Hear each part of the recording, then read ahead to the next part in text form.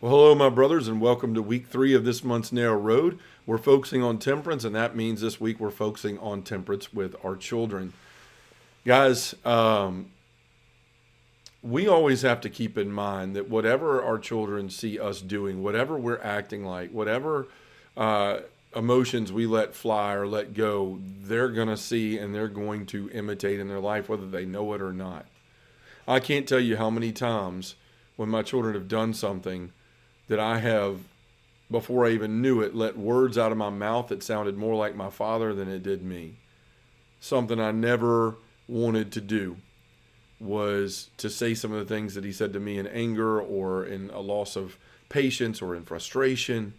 And I used to remember thinking, like, I'll swear that I'll never do that. I remember one time in particular, and this isn't to knock on my dad, but I was having trouble with math. I was never very good at math at all in school. I'm not sure how much of it was just simply struggling with it and simply not caring and hating it. So a lot of it was probably my fault. I wasn't any better at it than I was growing up. But my dad was an accountant. That was the main thing he did. He was a magician with numbers and all of those things. That's what he did all day long. And I remember I was struggling with something. It was like the fourth or fifth grade.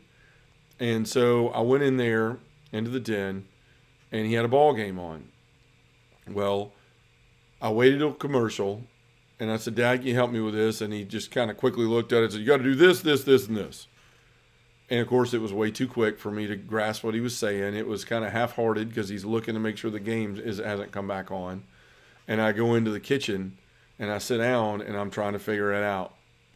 And I don't remember what he said. I missed something I don't understand. And I remember sitting in that kitchen going, I'm so nervous. Like, I'm afraid to go back in there and ask him again. But if I don't, I'll never be done with this. I want to get done with my homework. I got to ask him. And my dad worked all the time, man. He worked his butt off. He worked 2 jobs. He was tired a lot. He worked his tail off to provide for us. I'll give him that. But I remember walking back in. Now, again, I'm a fourth or fifth grader, so that means that I'm probably 9 or 10. And I carry it up there very feebly again, and I said, Dad, and this time the game's on, and he's staring at the TV, and I'm sitting there going, Dad, hey, Dad, hey, Dad. And finally, what?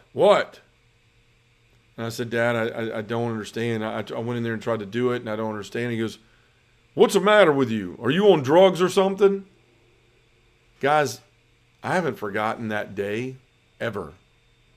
Like, I don't remember much about fourth, fifth grade, but I remember that.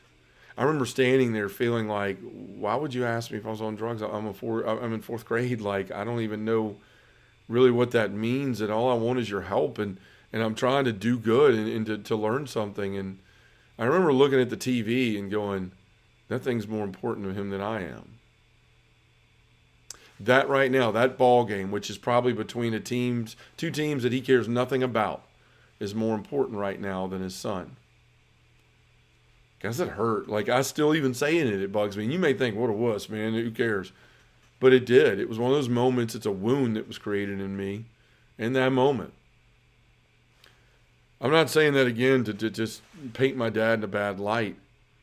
It's just when we don't temper our responses, when we don't temper our emotions and our desires and all those things, then we can really hurt people. We can hurt our children. I've forgiven my dad for that, but I haven't forgotten it. And I can't tell you how many times when I've tried to help my kids with homework or I've told them to do something and they keep coming to me and asking me how to do it, where I've almost lost my temper in the same way and said something harsh or mean. Guys, I don't want to pass that down to my children. There's so many times I swore in my life that I would never say things like that came out of my dad's mouth to my kids. But guys, there's been times where they have, right? We have to temper ourselves so that we don't pass on the bad habits and the bad things that we learn from our parents. Right? I hear people all the time saying, I can't believe my kids, grew up and they drink all the time and they walked away from the faith. I can't believe my kids are out there living with somebody, are doing things with their girlfriend they shouldn't be doing or boyfriend. But oftentimes, like, we never look and point that finger back and say, how am I living? What have I taught them? Right? Did I temper my passions the nights where I wanted to drink a bunch of beer or I wanted to be left alone? Did I say, you know what, I'm not going to drink a bunch of beer in front of my kids because I don't want them growing up and doing the same thing in their life? Or did I say, you know what, this basketball game isn't going to matter a hill of beans in 10 years, but the fact that my child leaves here wounded and thinking he's not important to me will? Guys, this is why it's important to temper everything in our relationship with our kids. It's so easy to simply be stressed out from the day, to be mad about something that didn't go right or didn't go your way, to feel like you need to take that aggression or that anger or that injustice out on somebody or something. But guys, I got to tell you, it's not right. It's not right, and it's not what God wants. God doesn't want us taking those things out on our children, right? Let them come to me, right? Humble ourselves like children. That's what he calls. In those moments, we have to humble ourselves and we have to temper ourselves and say, they're what's important, right? How they are raised and how they grow up doesn't just affect them, but generations from now to come, right? All these generations to come, my grandkids, my great-grandkids, my great-great-grandkids are all going to learn from the child that learned from me and how I handled my emotions and my stress and my anger and my everything, how I controlled myself with alcohol and all these other things that are in life, right? That's what they're going to remember. Because whether we like it or not, our dad is always going to be a hero. Even if he was the worst dad in the world, we still look at him with loving eyes and we still emulate him no matter how good or bad he is. So this is where we have to be men. We have to mature and we have to realize that we have to be different, right? That there's so much more on the line than just a moment in time, than just something like that, just an instant that will be forgotten, because a lot of times it won't be. So guys, our kids are going to do dumb stuff, right? They're going to disappoint us. They're going to stress us out. They're going to just sometimes flat out appall you to where you go, what, how the heck in the world did they think that was okay, or to do that, or whatever?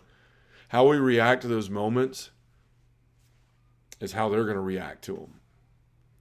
What we teach them by our own temperance or lack of temperance is what they're going to learn or not learn.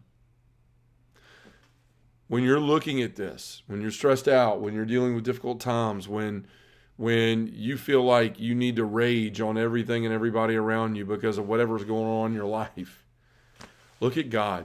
Look how many times that we disappointed God. And by we, I mean the human race.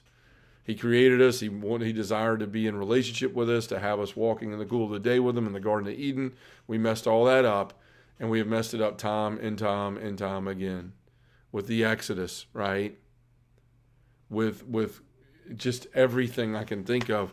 We made God so angry that he flooded the earth and wanted to destroy it forever. But what happened afterwards? He realized what had happened and what he had done, and he made a covenant that he would never do it again. That's how we have to be as fathers, right? If we've done something that we regret, or something that we aren't proud of, or something that we wish we hadn't, then we make a choice in our life not to do it again, right? That we learn from that experience, and that we learn to temper those things. And to say, you know what? I choose love. Doesn't mean a kid doesn't get disciplined or get in trouble or whatever, or punished. But I choose love. And I choose to move forward thinking about what they're going to wind up being like, and what kind of person I want them to see me as and remember me as, and what kind of role model I want to be for them. This is a struggle in a lot of people's life, right? Sometimes I see a lot of guys living vicariously through their children, disappointed when they don't perform the way they should have in sports, all of those things, and get angry, lose their temper, yell, threaten, take things away. Guys, we don't want to be that kind of domineering father, because that's exactly how they're going to see you, and that's exactly how they're going to see God, and that's exactly what they're going to be to their children. This is an important thing, right? God has given us this virtue of temperance to practice in all our relationships, but some of the most impactful places where you can practice it is with your children. If you've had mistakes done by your parents and you feel yourself following their footsteps, and you have a chance to break that cycle and to be different. But it takes a valid effort. It takes a desire to change, and it takes the virtue of temperance. My brothers, thank you for your time. Pray for me in this. This week, as you're dealing with your children, just try to remember what we've talked about here. Read more about it in the scriptures. Again, temperance in my children in scripture verses. The Google machine will bring it up for you. But start to look around specifically what our faith teaches about it. Look at what the catechism talks about in it. And then try to apply it in our relationships, because that's the only way we're actually going to learn to live this virtue in our life. God bless you all. Thanks for your time.